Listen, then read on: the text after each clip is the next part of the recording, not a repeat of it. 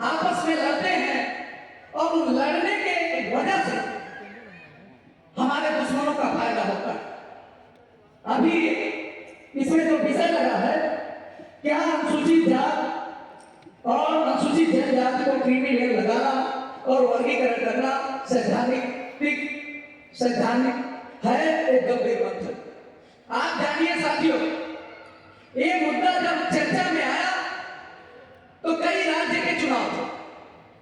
मैं विशेष करके उत्तर प्रदेश का रहने वाला, लेकिन साथियों जब ये मुद्दा चर्चा में आया और दुश्मनों द्वारा लाया गया, उसी समय हरियाणा में भी चुनाव थे।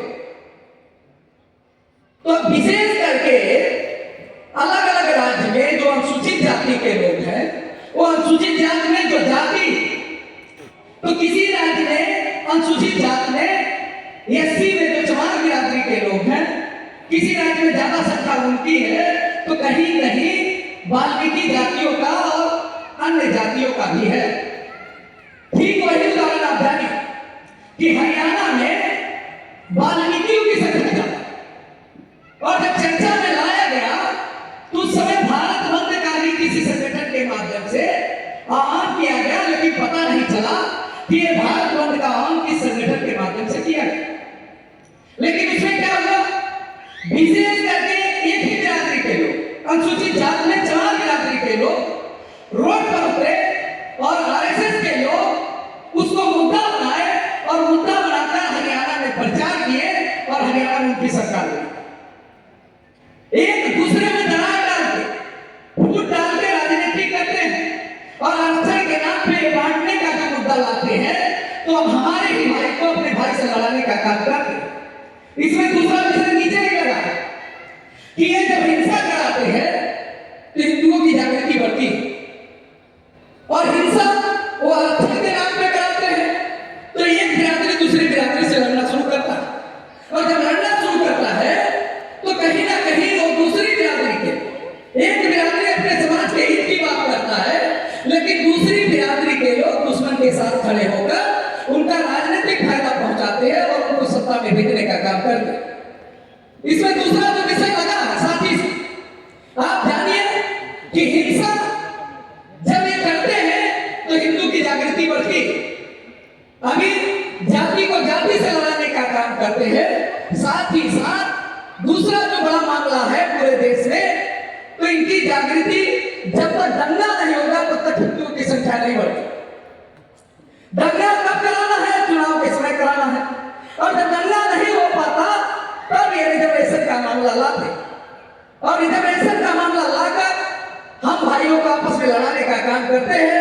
लेकिन जो बाबा साहब संविधान में व्यवस्था दी, वो व्यवस्था जो लागू करना चाहते हैं, तो हमारे माध्यम से या किसी भी संगठन के माध्यम से अगर कोई आंदोलन हो रहा है तो ये विशेष ध्यान रखा जाए कि जो क्रीमी लेयर थोपा जा रहा है, इसका संविधान में कोई डिफिनेशन नहीं है। हमको आंदोलन करना है तो क्रीमी लेयर के विषय में करना है, और साथ ही साथ ये भी रखना चाहिए कि आप भरना चाहते हो, कैटेगरी करना चाहते हो, जिसकी जितनी संख्या भारी उसकी उतनी हिस्सेदारी, सबकी गिनती करो, संख्या के अनुपात में दे दो, सही है।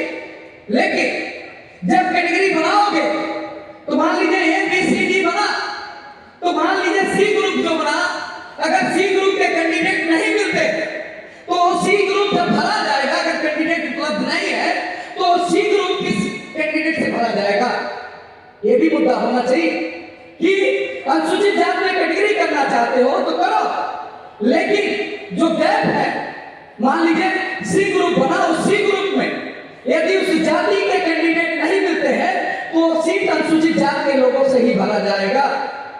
यह भी मुद्दा उठाना चाहिए, क्योंकि अभी क्या है कि आप देखिए, सब जो फार्म ओबीसी में डाले जा रहे हैं, जो फार्म अनुसूचित जाति में डाले जा रहे हैं, उन फार्मों को अगर देखा जाए तो 22.5% और 27%, 49%।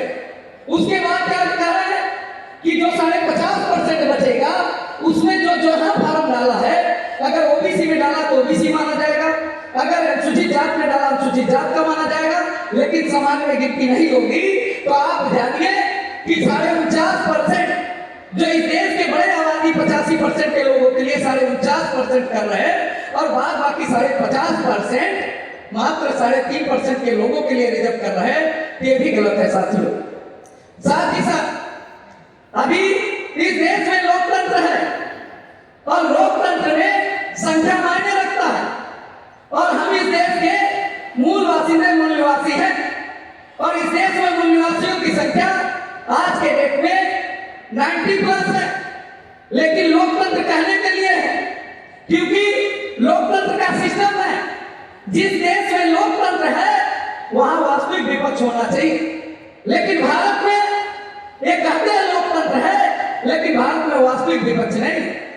वास्तविक विपक्ष के नाम पे क्या है कि सत्ता में ब्राह्मण है, विपक्ष में ब्राह्मण है, मतलब चित्त भी उनका है और पुट भी उनका है। अब हमारे लोग जब ऊब जाते हैं,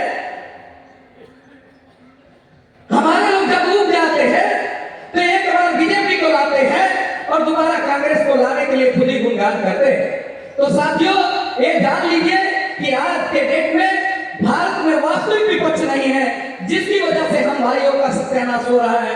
तो आज के डेट में ये जागृति पूरे भारत के 6 लाख गांव में पहुंचाना होगा और अपने मूल निवासी भाइयों को जगाना होगा और जगाकर इस देश में वास्तविक विपक्ष का निर्माण करना होगा।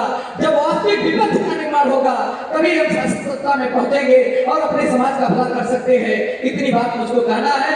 आज इस मंच पर मुझको बोलने का अवसर मिला, इसके लिए राष्ट्रीय अध्यक्ष जी का बहुत बहुत आभार और धन्यवाद। आखिरी में जय भीम, जय भारत, जय बुलेट्स। धन्यवाद माननीय जितेंद्र राजभर जी। अगले वक्ता के रूप में मैं आमंत्रित करना चाहूंगा माननीय अमित अम्बेडकर जी, जो कि राष्ट्रीय महासचिव है बहुजन मुक्ति पार्टी।